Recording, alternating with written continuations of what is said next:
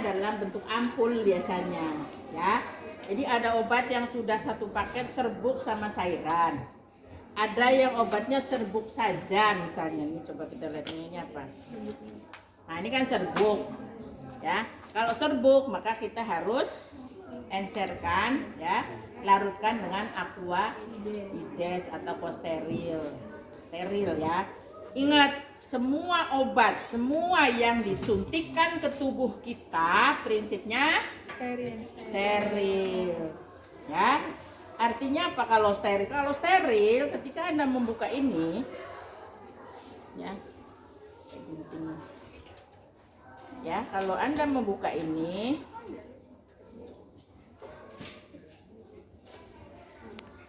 misalnya ini kebuka, coba buka ini. Punya kuku. Ini pakai gunting, ya, gunting perban, ya. Makanya harus selalu sedia gunting perban, plester, kasa. Nah, ini kalau sudah seperti ini, ketika kamu mau ngoplos, ya, terus kan mengambil di sini nih, ya. Nah, ini juga sama. Ini belum dibuka semua, ya, masih baru semua. Maka ketika kita mau ngambil, ya, nah yang kurang apa nih? Bak injeksi. Mana bak injeksi? Ayo ambil bak injeksi. Apa tadi, gunting perban, bak injeksi, gunting perban. Siapa yang ngambil? Udah yang ngambil. Bak injeksi, gunting perban.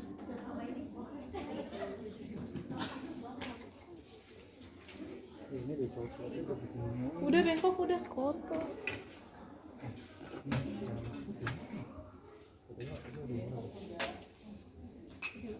Kita mau bak injeksi dulu. Benar obatnya. Udah, yang lagi yang belum. Benar. Ulang. Ada luarsanya. Luarsa. Waktunya. Tuh. Pasien. Udah. 3. Kasih, jangan lupa. Ya. Obat itu, ya. Perawat itu memang males. Ya. Tapi nggak semua, oknum, ya. Jadi pernah ada kasus obat itu akan diberikan jam 12. Jam 10 dia sudah tanda tangan, comprengin, tanda tangan. Obat sudah disiapin di bak injeksi. Mana bak injeksinya? Ya. Nah, akhirnya yang terjadi obat itu tidak diberikan sesuai waktunya. Ada juga yang terjadi obat itu jadinya diberikan 2 kali, ya, karena dokumentasi sembarangan. Ya, jadi dokumentasi masuk. Apa yang didokumentasikan? Siapa bisa jawab? Waktu.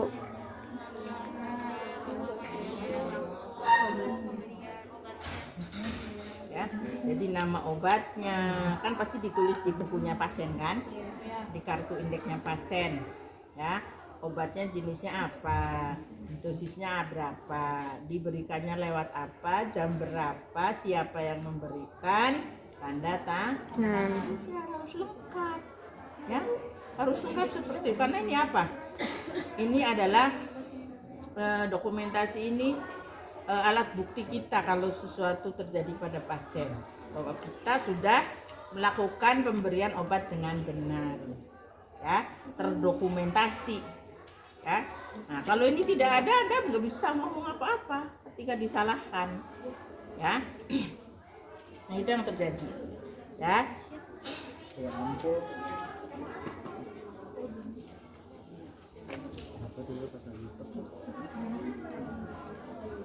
Nah, jadi kalau obat itu ada di atas ini, kamu sentil-sentil, ya, supaya turun. Nah, ini ada tanda begini, ya. Biasanya ada tanda titik. Nah, titik itulah tempat kita mematahkan, ya. Nah, ini sarung tangan steril tadi tuh. sarung tangan biasa aja. Ini di sini. Enggak, yang ini steril. Di sini sarung tangan. Sarung tangan yang biasa mana? Ini biar itu di sini, yang di sini steril. Oh, steril sih. Ya, yang di sini yang steril. Tapi injeksinya belum.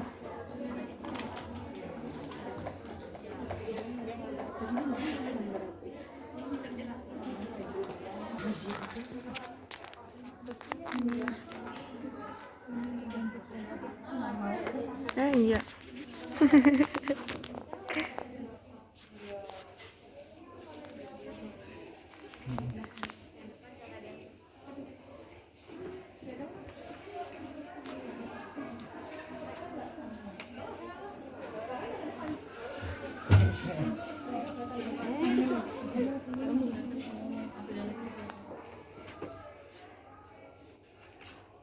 Ya, jadi selalu ujung ditutup, diklem dan dipeniti.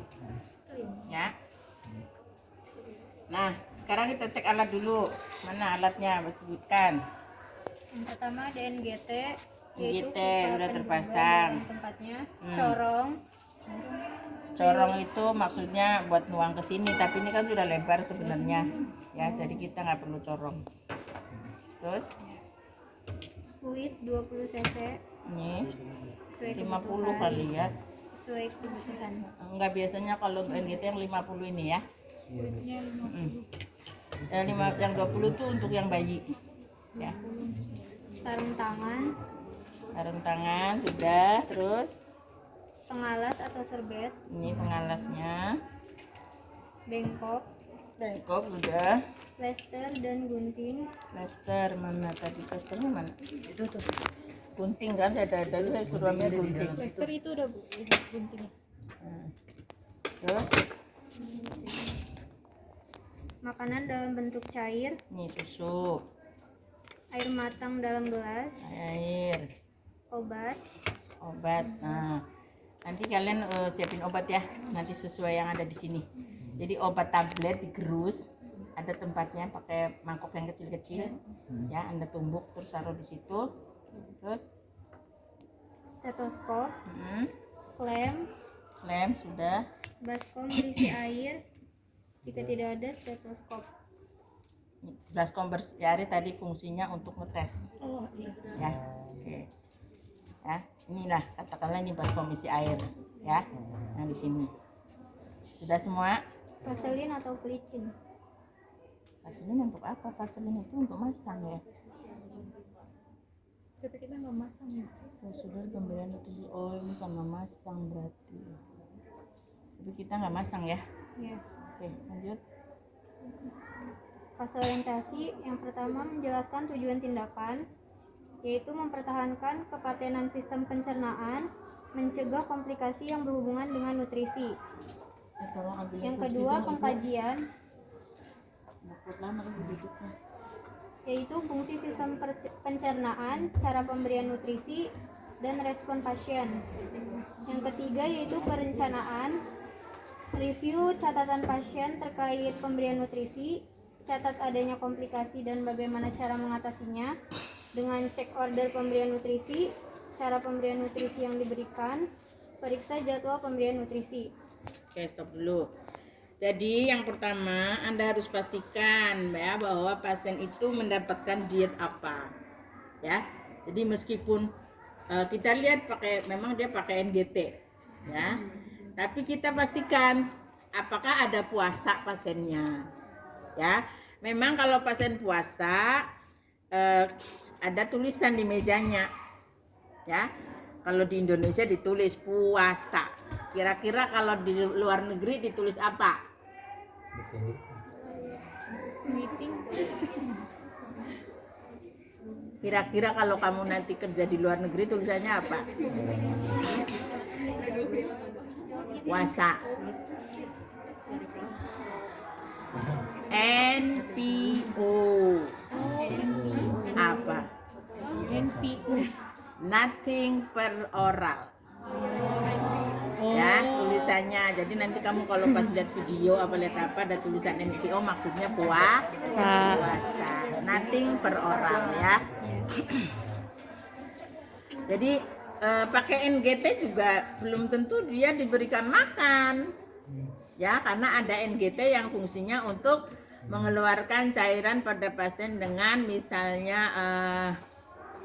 apa tuh ya, pendarahan, ya, pasien yang keracunan, ya, minum Baygon mau bunuh diri, kan kita pasang NGT, ya, masukin susu, tapi kemudian kita buka, ya, dan tentu ditampung, jadi ada tampungannya, ya, untuk mengeluarkan.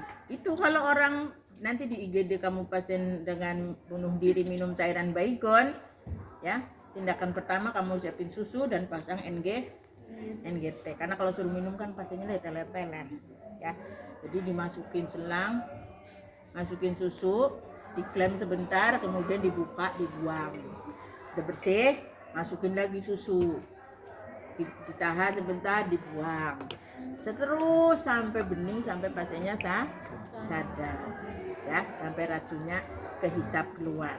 Sama kalau kamu di rumah keracunan, saya makan ikan tongkol, ya, tiba-tiba mata putihmu itu merah, ya, atau gatal seluruh tubuh, ya, apa yang kamu lakukan? Minum susu, ya, minum susu, kemudian kamu muntahkan, rangsang muntah, ya, iya, sampai muntah, minum lagi, rangsang. Kalau orangnya sadar masih bisa begitu, ya, kalau nggak sadar harus diselang, ya. Oke, kembali kalau kita saat ini fokusnya memberikan makanan, ya, jadi harus dibaca, oh dietnya apa, kan tadi benar pasien, ya kan, oh namanya Tuan A, oh Tuan ini diet misalnya rendah garam, ya, karena ada riwayat hipertensi. Nah, kamu harus cek nih, betul nggak ini, oh pasiennya diet hati misalnya, ya, karena perlemakan liver atau ada hepatitis dan sebagainya, ya. Kamu baca sini, oh ya nih DH1, DH2, kan gitu. Kan udah belajar gizi kan? Gizi udah belajar? Nah, dibaca, pastikan betul nggak dietnya. Jangan asal kasih, oh iya ada susu nih ketika kasih, kagak. Ya, dicek dulu dietnya pasiennya apa di status pasien. Ini makanan cocok apa enggak? Karena dari bagian gizi selalu ada tulisan, ya. Ini diet apa? Ya, jadi itu sama-sama kayak ngasih obat, ya. Ngasih makanan juga harus dipastikan benar makanannya, ya. Oke. Kemudian alat sudah disiapkan tadi sesuai yang sudah disebutkan. Urutan pertama tadi apa? Setelah kita mengkaji, ya, bahwa betul pasiennya mendapat, terus Cek order pemberian sudah. nutrisi. Cek order itu tadi dietnya apa? Berarti udah sekarang fase kerja. Ha-ha. Sebelum melakukan prosedur, perkenalkan diri dan verifikasi identitas pasien. Jelaskan pada pasien apa yang akan dilakukan, tujuan, dan bagaimana pasien dapat berpartisipasi. Nah, coba kamu jelasin, saya dari pasiennya. Selamat siang Bu, saya siapa? Adinda. Itu. Selamat siang Ibu, perkenalkan saya Adinda. Di sini saya akan melakukan prosedur pemberian makan melalui NGT. Ditanya pasiennya namanya siapa? Kan pasien pakai gelang nama, ya. Pakai gelang nama atau di tempat tidur ada identitasnya. Nah, kamu pastikan pasiennya betul. Izin bertanya, Ibu namanya siapa? Kan kamu tadi udah baca status, ya. Jadi ketika kamu baca status Nyonya A gitu kan, nah betul Ibu Nyonya A gitu, bukan bertanya tapi memastikan, ya, memastikan ini betul Nyonya A, ya, dietnya ini, gitu. Nah sekarang waktunya makan, gitu. Dari tadi lagi betul. Betul Ibu dengan Nyonya A. Sekarang waktunya makan ya Bu. Udah langsung. Udah. Terus betul pasiennya ini, gitu ya. Dan makanan yang di mejanya dicek, yang sudah dikasih sama bagian gizi, kan yang naruh bagian gizi kalau sekarang. Kalau dulu kita perawat memang membantu, ya, meletakkan makanan. Tapi kalau yang sekarang bagian gizi yang naruh di tempat pasien. Nah, kamu kan harus memastikan ini makanannya. Saya cek dulu ya Bu, makanannya. Oh ya Bu, betul ini makanannya. Terus habis itu apa? Cuci tangan dan melakukan tindakan untuk mencegah terjadinya infeksi silang. Nah, supaya tidak bolak-balik, sebaiknya ketika mau ke pasien sudah cuci tangan. Kan kita ruang anestesi di sini kan. Oh, saya tahu nih pasien yang butuh bantuan tuh si A, si B misalnya gitu kan. Oh, bagi tugas saya mau ke si A kan gitu ya. Jadi sebelum ke pasien saya sudah cuci tangan. Coba cuci tangan yang benar bagaimana?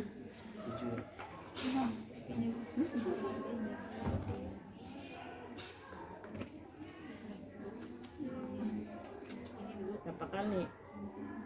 Ininya berapa kali? 1, 2,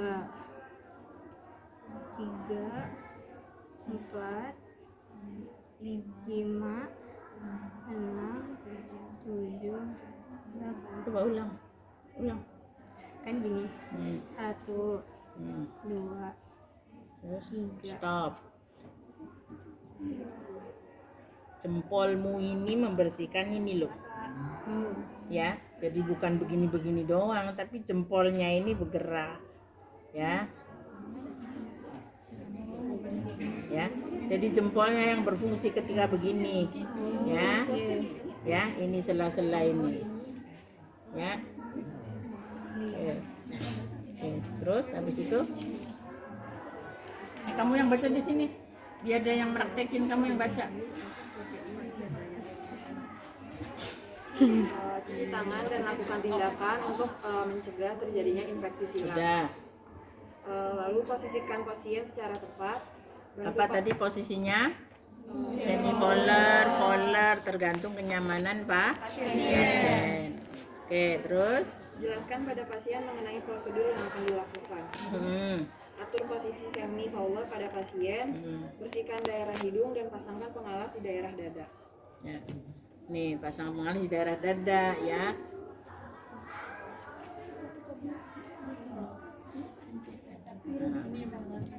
Terus Letakkan bengkok di dekat pasien. sebentar. Jadi naruh ini tergantung hidungnya di sana apa di sini. Kitanya di mana? Ya, kalau kita di sini berarti di sini.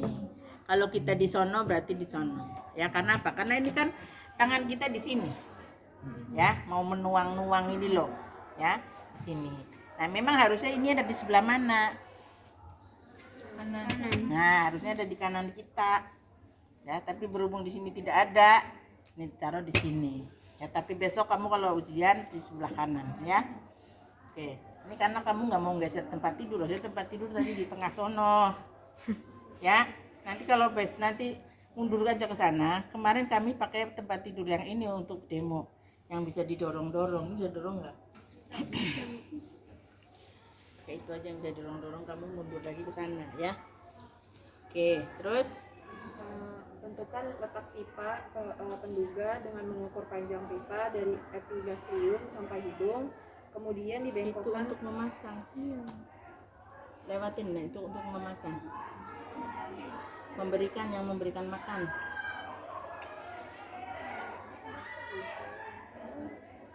Tapi nggak apa-apa, yang penting Anda harus tahu juga kenapa itu tetap saya masukkan di situ supaya Anda tahu bahwa proses memasangnya tadi ya diukur dari depan telinga sampai ke hidung sampai prosesus sipoideus kasih tanda.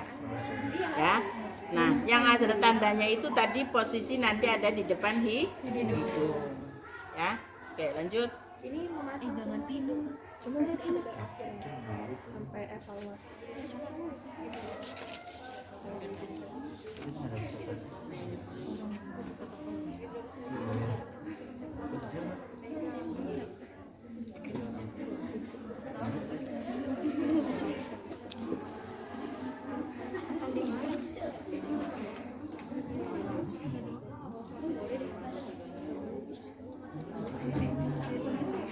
Mencelupkan ke dalam air ya.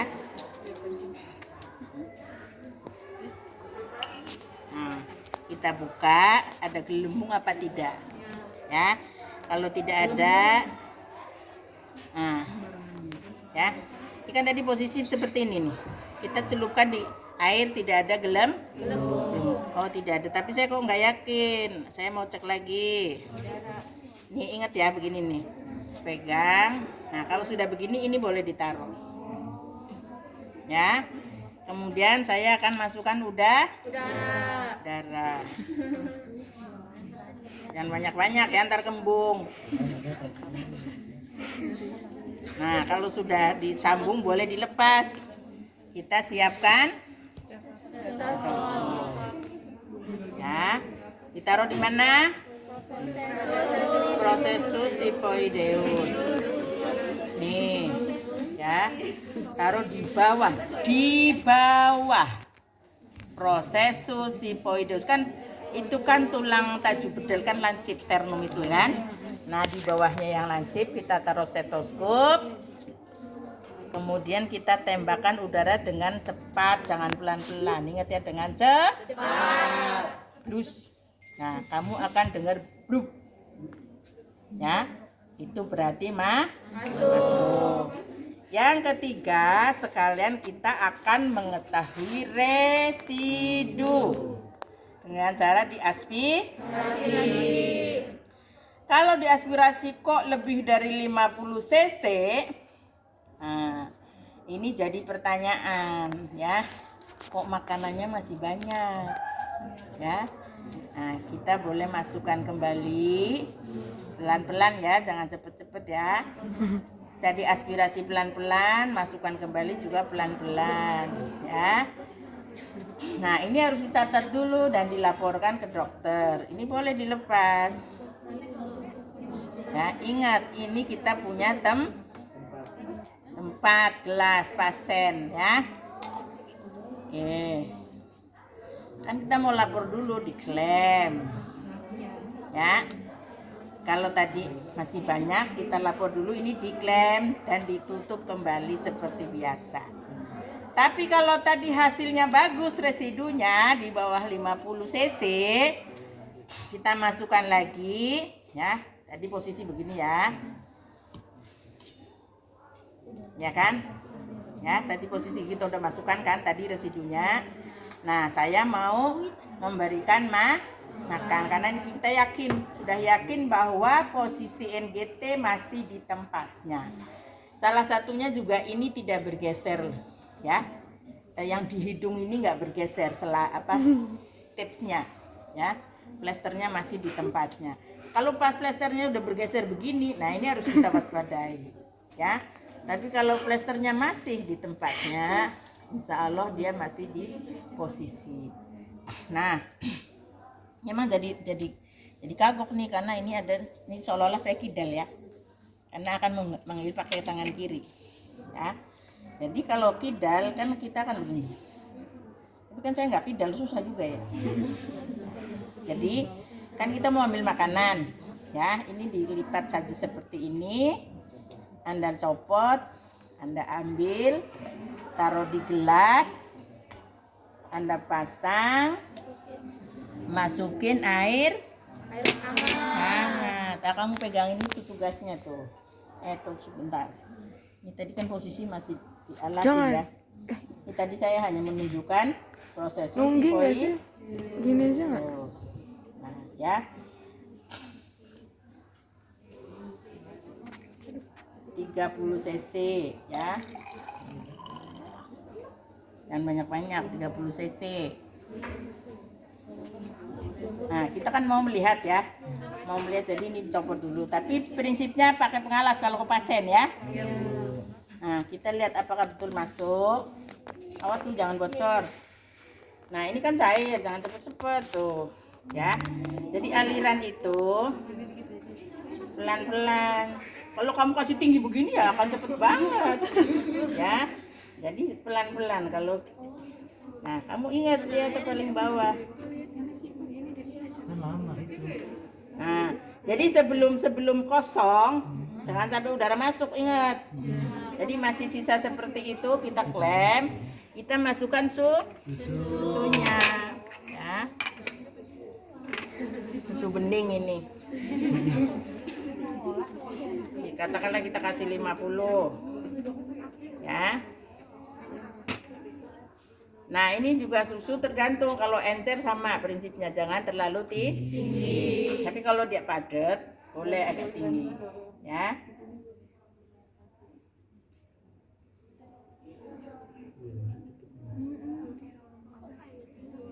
Masuk gak? Ini kemana? Ah, kamu masuk itu. Wah, ilah itu loh. Oh iya Bu, iya.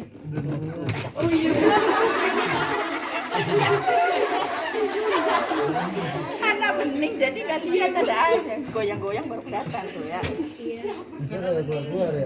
Ya. Susu atau makanan cair kita masukkan terus. Prinsipnya kalau kamu mau masukkan lagi, ini jangan kosong ya. Masih ada air dikit, kita tambah misalnya 50 cc. Ya. Nah, ingat jangan terlalu tinggi kalau cair ya. Jadi pelan-pelan. Enggak, belum penuh. Nah, kalau ada obat, ini ceritanya susu udah selesai ya, makanan udah selesai, obat yang dihaluskan di mangkok, kasih air, diaduk-aduk pakai sendok, masukkan ke sini. Masukkan obatnya, tambahin, masukkan dulu obatnya, misalnya 20 cc ya, masukkan, kemudian Anda bilas pakai air biasa, yang banyak-banyak ya. Sampai selangnya bersih ya, sampai selang bersih, obat masuk. Kalau dilihat ini masih ada obat di sini, boleh tambahin sampai obatnya masuk ya. Ya kan ini kan kelihatan nih, ini obatnya masih di selang nih ya, boleh Anda tambahkan ya. Oh itu harus buru-buru ya Bu? Iya dong, nanti udaranya masuk.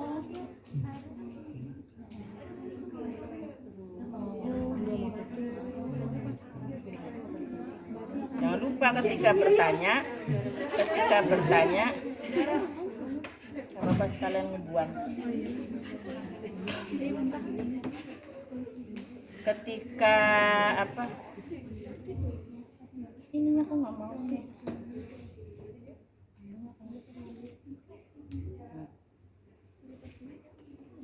Ya, jadi intinya ini harus bersih ya. Makanan sudah masuk, obat sudah masuk, selang dibilas sampai bersih, sampai supaya tidak ada pertumbuhan bakteri. Ditutup lagi ini.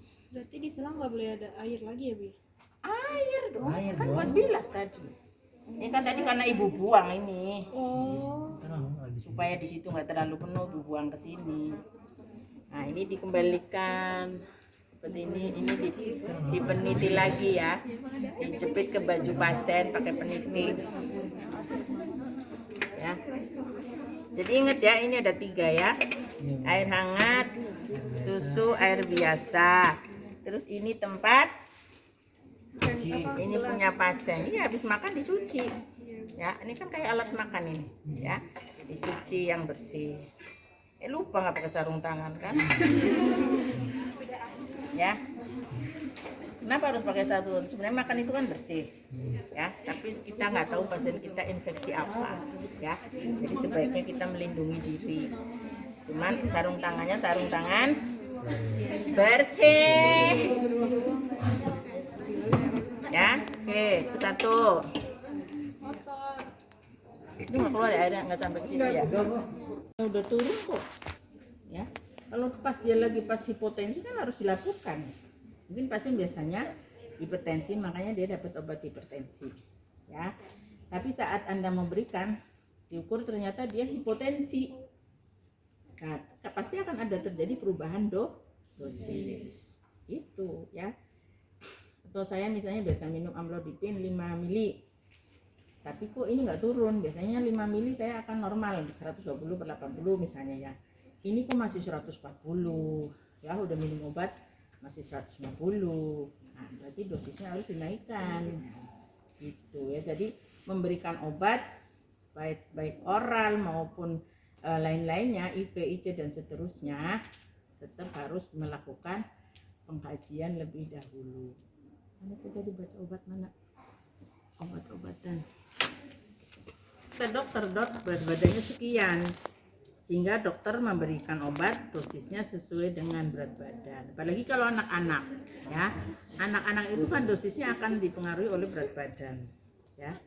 Orang dewasa juga sama, ya, meskipun usianya sama antara kalian, ya, tapi berat badannya berbeda, dosisnya tentu bisa berbeda, ya. Jadi kenapa tadi ada berat badan, ya. Kemudian menyebabkan kematian apa tadi tuh? Yang ada kematian. Kamu baca doang. Dengar nggak tadi ada kematian? Dengar. Oh yang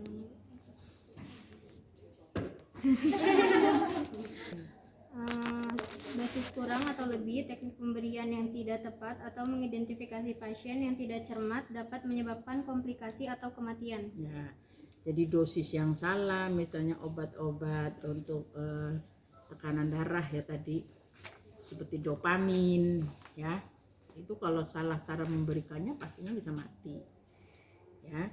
Misalnya harusnya dia di drop lewat infus, nah, kamu berikan lewat bolus, mati pasiennya, ya. Jadi itu kan cara pemberian, harusnya lewat tetesan infus dopamin itu, ya. Nah, tapi kalau diberikan bolus itu langsung ke vena, blus gitu, mati, jantungnya langsung berhenti. Terus obat misalnya, biasanya kita ada prokain penisilin, ya. Prokain penisilin itu IM only, ada tulisannya di sini. Coba kamu baca di sini ada tulisan IM only, apa IV only, apa IM IV.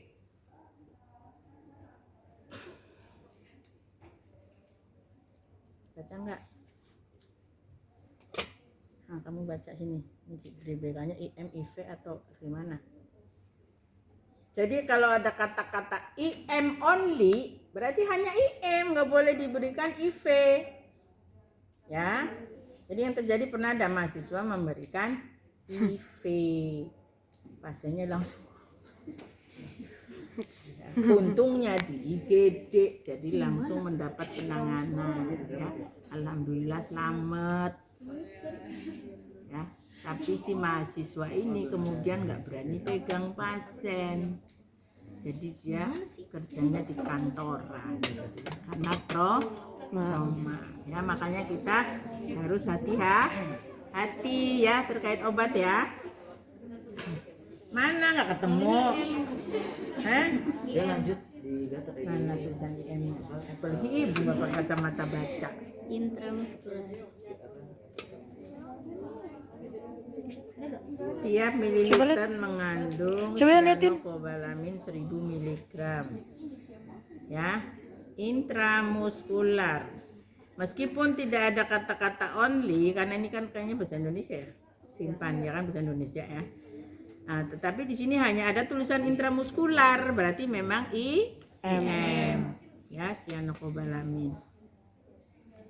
Nah, tapi kalau ini masuk serbuk injeksi 1 gram, ini ceftriaxone, ini antibiotik ceftriaxone, ya, 1 gram.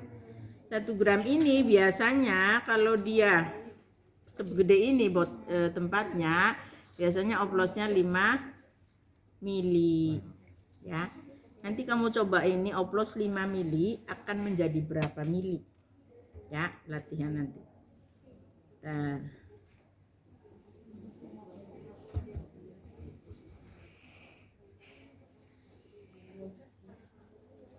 each vial contain. Video ini, Beb. Saya tuh tiba-tiba luka, nggak tahu kenapa tuh. Dari sana aja. Itu di stop. Enggak. Oh gitu dia. Kalau membuka sarung tangan steril jangan disobek, red, ya. Nah, karena ini bisa dipakai. Buat Ya. itunya. Nah, ini kamu ceritanya udah cuci tangan, ya. Cuci tangan dulu pakai ini. Ya. Nah. Ya. Nah, sebelum kamu pakai sarung tangan steril, Ya, tapi ini udah dicetak. Nah.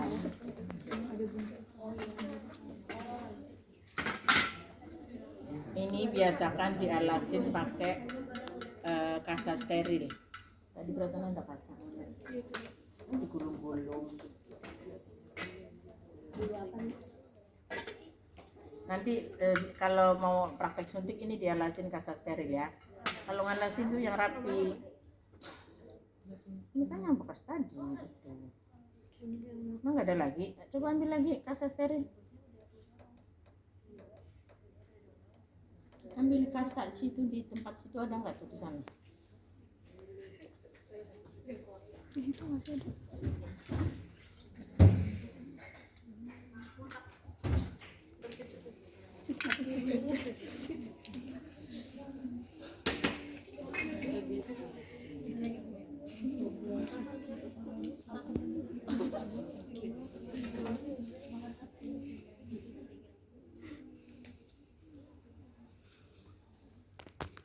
Ya, jadi yang rapi, yang seruil-seruilnya dimasukkan.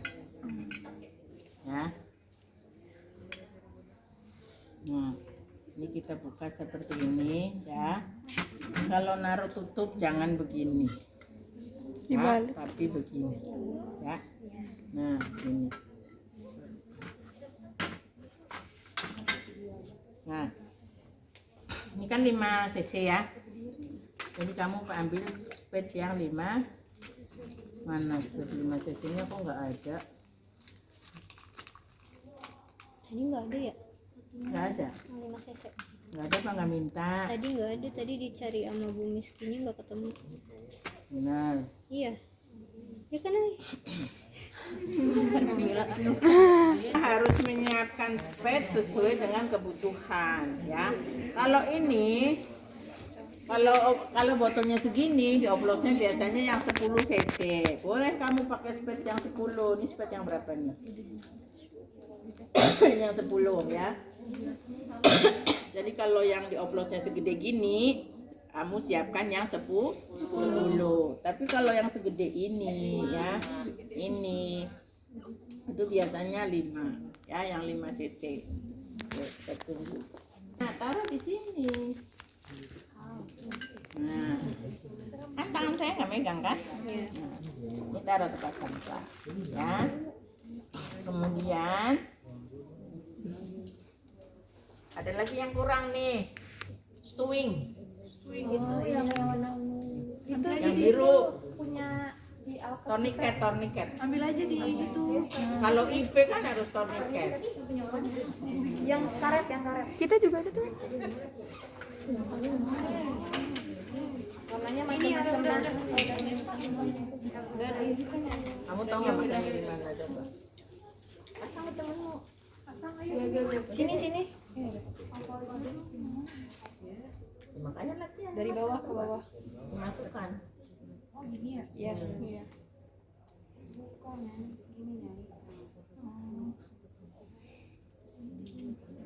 Ditarik. Kalau vena kalau kita mau nyuntik ke vena berarti kita harus ngepal terus kamu tepuk-tepuk. Ayo. Iya. Nah, akan nonjol kan? Nah, coba. Ya. Jadi kalau vena tangan pasien suruh mengepal ya, kemudian kamu bendung pakai torniket. Nah, lihat tuh akan muncul penanya. Kalau yang nggak pernah kerja ya nggak muncul, ngislep. Ibu enak banget masa lurus-lurus. Iya. Susah enak banget. Gue kan pernah diinfus. Tadi suntik dan lain-lainnya. Ya. Enak banget. Jadi nggak susah nyarinya, Dek. Lalu susah. Jangan di atas nih. Dituang kayak ibu tadi. Nah, taruh sini. Ya. Jadi sebelum kita pakai sarung tangan steril, ya, kita harus sudah pastikan dulu sini tanganmu. Kepala. Ya. Oh, saya akan nyuntik di sini, ya. Untuk tahu kan saya harus cari-cari dulu. Ya, kalau yang susah kita gini-gini. Ya, supaya dia muncul. Ya. Ya. Nah, apalagi kalau infus. Kalau infus itu kan akan dipasang jarum.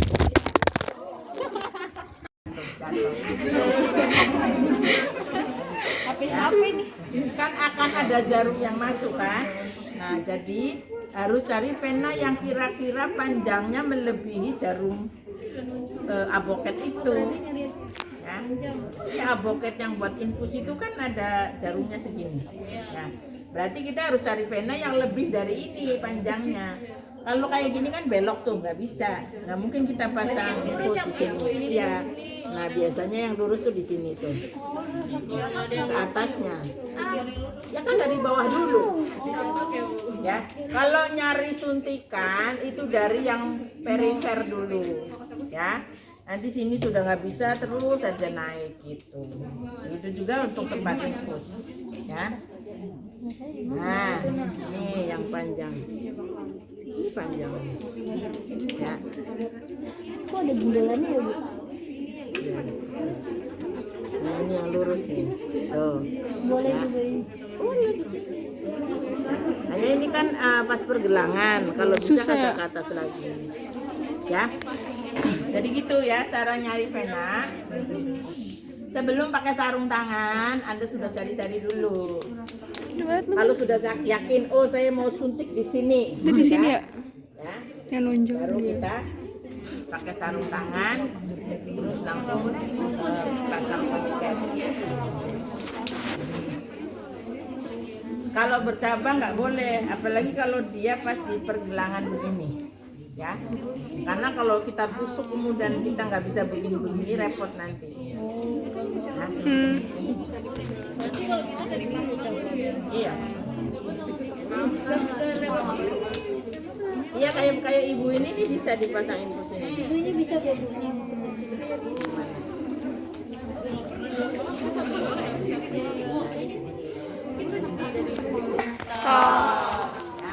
Sekarang coba kamu latihan pakai sarung tangan.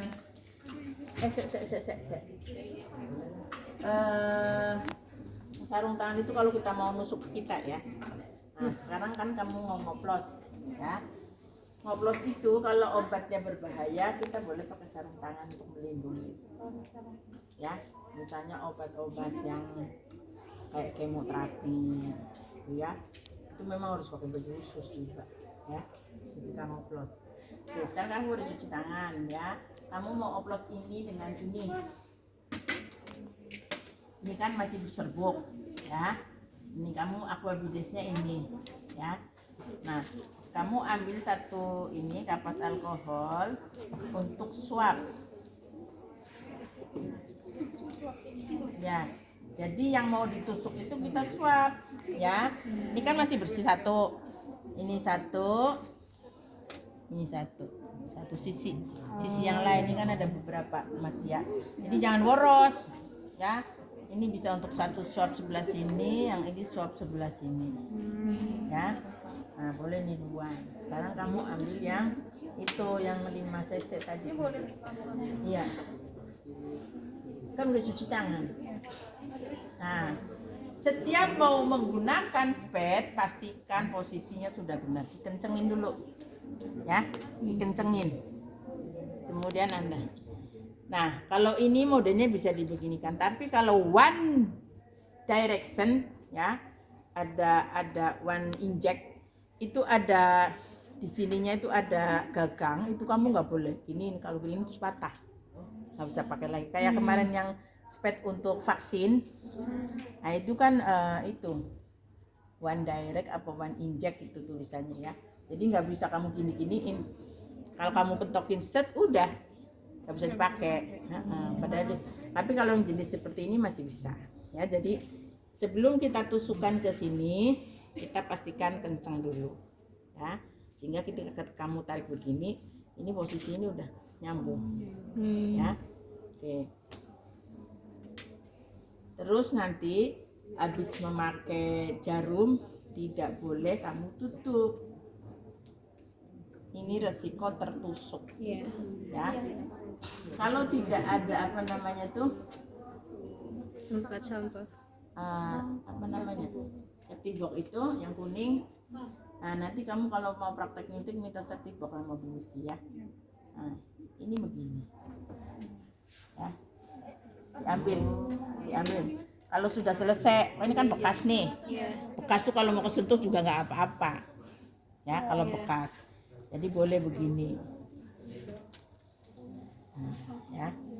Tapi kalau kamu mau nyiapin obat, kan ceritanya mau nyiapin obat kan? Ini kan masih steril. Nah, kamu buang di sini. Tutupnya itu di sini tutup. Paham ya? Nah, kamu kan mau ngambil sini. Coba kamu ambil sekarang ini 5 cc. 5 cc. Iya. 5 yang mana sih? Itu iya. Aduh, Bu, gemeter. Pelan-pelan. Langsung tarik, Bu. Nah, ujung jarum harus kerendam. Ya, kalau ngambil obat itu ujung jarum harus kerendam supaya kerendam. Kerendam tuh jangan kena udara. Kalau terlalu ke atas kan kena udara. Nanti gini aja. Nah, iya. Udah diaspirasi.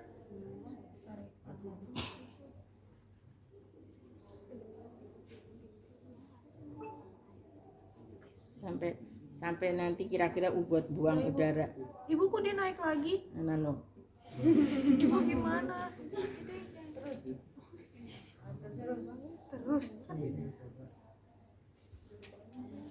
Ya ini kan nanti ada udara tuh. Jadi kalau kita mau ngambil, makanya tadi ujungnya itu harus kerendam supaya jangan ada udara. Ya. Kita kan mau ngambil.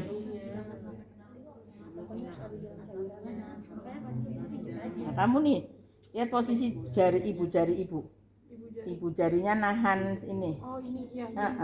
Ya.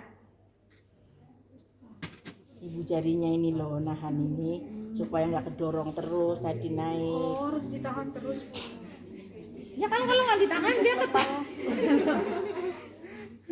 Nah untuk buang udara kamu tarik dulu ya. Nih disentil-sentil. Nah kemudian begini. Nah bagian yang hitam bawah ini harus lurus di angka strip 5 ya, yang bagian permukaan ya, permukaan ini harus pas di strip 5 karena satu strip ada harga dosis tadi ini udah disuapkan. Coba kamu masukkan di tengah-tengahnya. Oh, ini dia nggak naik lagi sih, Bu. Kan tadi tekanan udara di sini yang bikin dia naik. Masukin. Udah, Bu. Didorong. Kalau dorong tuh ke bawah. Itunya dipompa. Airnya masuk. Masukin. Iya dipompa. Sih mau diapain? Nanti dulu dikocok dulu. Oh, Tahan. Cabut sambil ditahan sambil nyabut. muncrat, Bu. Awas. Kocok dulu itu. Dikocok. Kocok obat itu begini. Oh. Ya.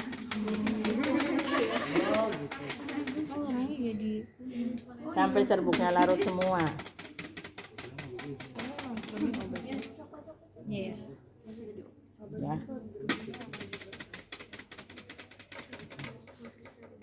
Masih ada enggak? Masih. Ya begini juga boleh. Oh, begini boleh, Bu. Boleh, tapi kan biasanya ini lebih cepat begini.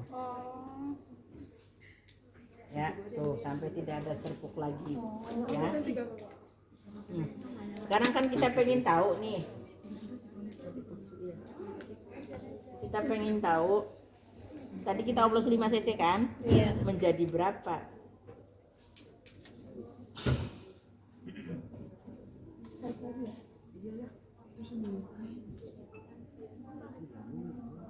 Tarik aja. Ajan ya? Iya, Bu Azan. Kita masukin dulu udaranya. Kalau mau narik obat, ujungnya harus selalu kerendam air ya.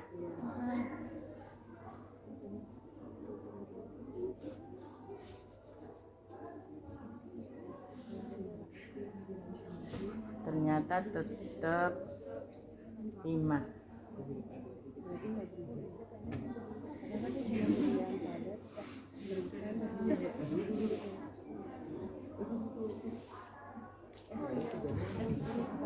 Ya, 5 lebih 1 strip. 1 strip itu berarti ini tadi isinya 1000 mg. 1 gram itu sama dengan 1000 mg. Tulisannya 1G. Ya.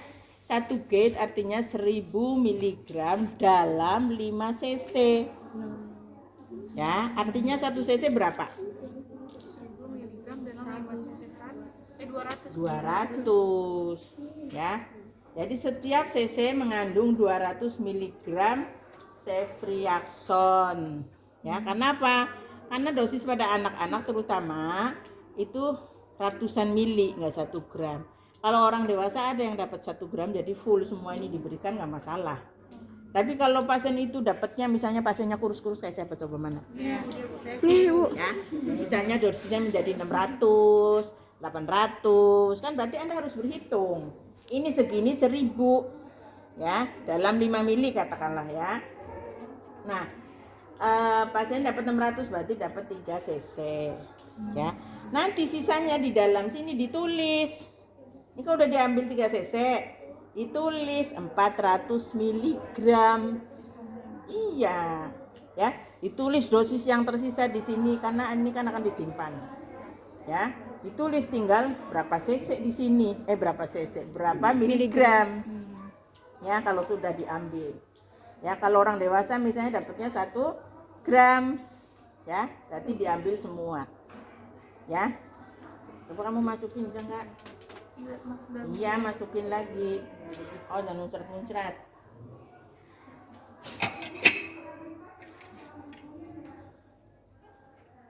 Masukin. Iya, masukin. Ini mah didorong terus nggak apa-apa kan ya Bu? Apa-apa, ini meledak. WK. Jadi kalau mau narik, kamu tahan ininya tadi. Ya ampun. Sini. Ya, taruh. Jadi kalau kita mau narik,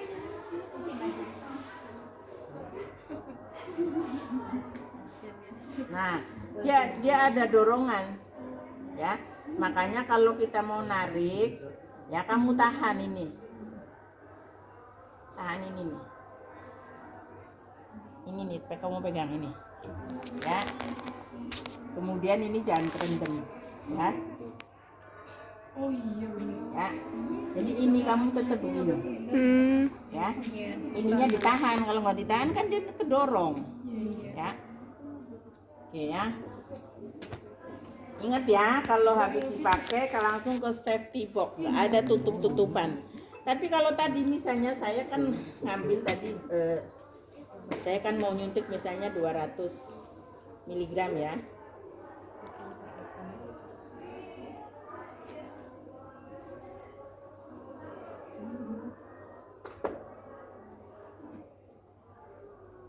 Nah, ini kan saya lagi di ruang tindakan ini, mau ke pasien kan. Nah, ini boleh begini. Siapin dulu gitu ya. Makanya ini jangan taruh di sini, taruhnya di tempat yang steril tadi, di sini, ya. Jadi ini juga harus hati-hati karena kan harus steril, nggak boleh kesentuh-sentuh. Ya. Jadi Anda boleh latihan nanti cara ngambil gitu, ya.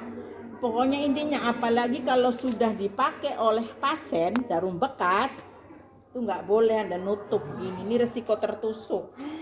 Sama tadi kan kita ngambil obat, terus kita nutupnya begini, kalau nggak hati-hati kita tertusuk. Kalaupun harus begini, Anda harus begini posisi. Nah, jadi jangan langsung begini, ya.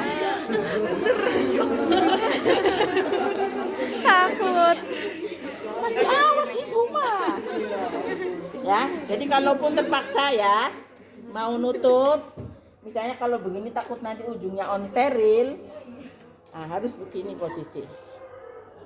Tapi ini tetap tidak dibolehkan karena tidak Mana? Resiko tertusuknya masih ada. Makanya kalau nyiapin obat ini ditaruh di sini tutupnya. Ini kan tadi steril kan? Dan tangan kita sudah cuci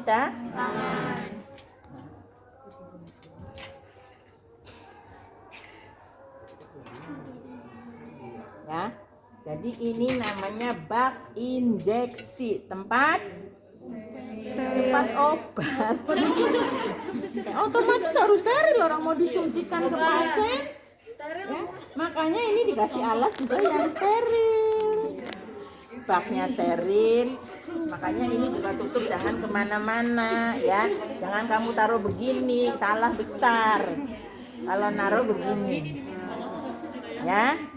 Nanti mau dibawa ke pasien begini, ya.